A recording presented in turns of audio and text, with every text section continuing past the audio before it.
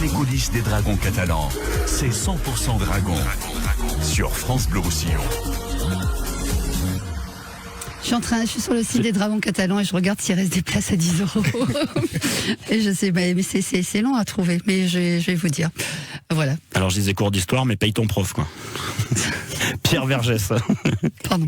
Alors, on va pas faire d'histoire. Bonsoir Pierre, ça va? Bonsoir, Pierre, tout va bien. allez, on retourne en quelle année là? Non, on va retourner au match. On va parler de Warrington, on va parler justement de cette Challenge Cup. On va essayer de convaincre les trésistes français de venir, parce que c'est vraiment une épreuve qui est mythique en Angleterre. Déjà, Warrington, l'équipe qui arrive, qu'on connaît par cœur, c'est une équipe de Cup. Warrington, depuis le début de leur histoire, ils ont gagné que 3 titres de champion. En 1948, en 54 et en 55, ils n'ont jamais gagné la Super League.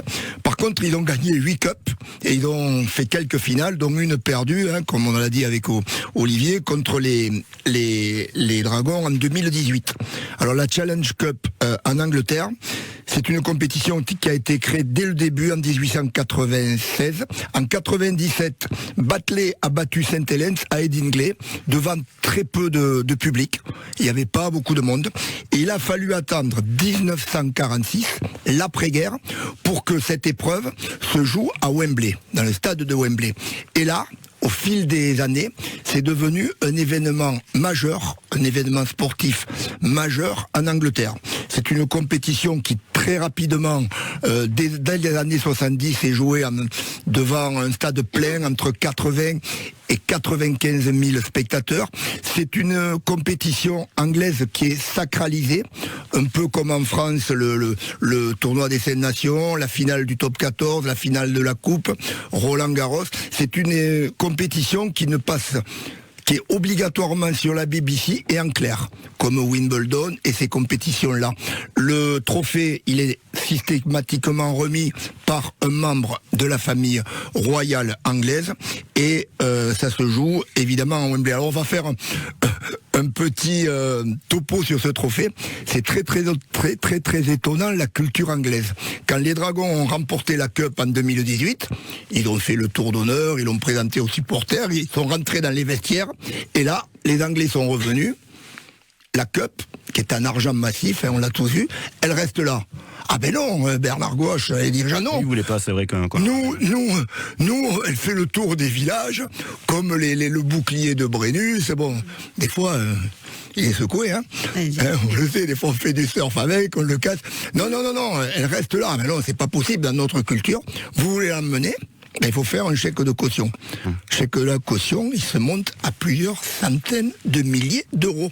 Bernard Gouache a fait un chèque. 300, je crois, c'est. Je me rappelle plus, on l'avait dit, on l'avait su. Ouais, c'est beaucoup plus. D'accord. C'est beaucoup plus, on va pas le dire parce que... Oh, je crois que ça avait été dit. Ouais. Donc, la Cup est revenue. Elle n'avait jamais quitté le territoire anglais. Donc, il faut espérer que pour...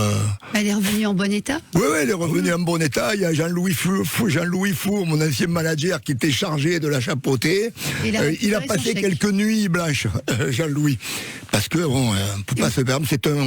C'est presque un monument historique dans le sport anglais, la Cup. Et donc, Bernard Gouache a récupéré son chèque de caution. Oui, il a récupéré, elle est repartie. Et on va souhaiter qu'il fasse un autre chèque fin août. Ça veut dire qu'elle reviendra en pays catalan. Eh bien, parfait. Moi, j'ai une superbe photo avec la Cup et Bruno Antoniente, justement, en souvenir de ce... Bruno, un autre monument du sport catalan. Mais oui. Et oui. Bruno Antoniente, toujours à l'entraînement. On va le libérer. Merci, Bruno. Merci à vous.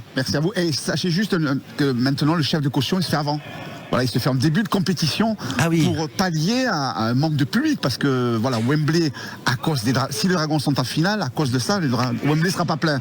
Donc les Dragons sont obligés de faire un chèque de caution avant même le tirage au sort de ce premier tour. C'est vrai que vous avez pondu ça après la finale, après la victoire des Dragons en Cup, la saison suivante.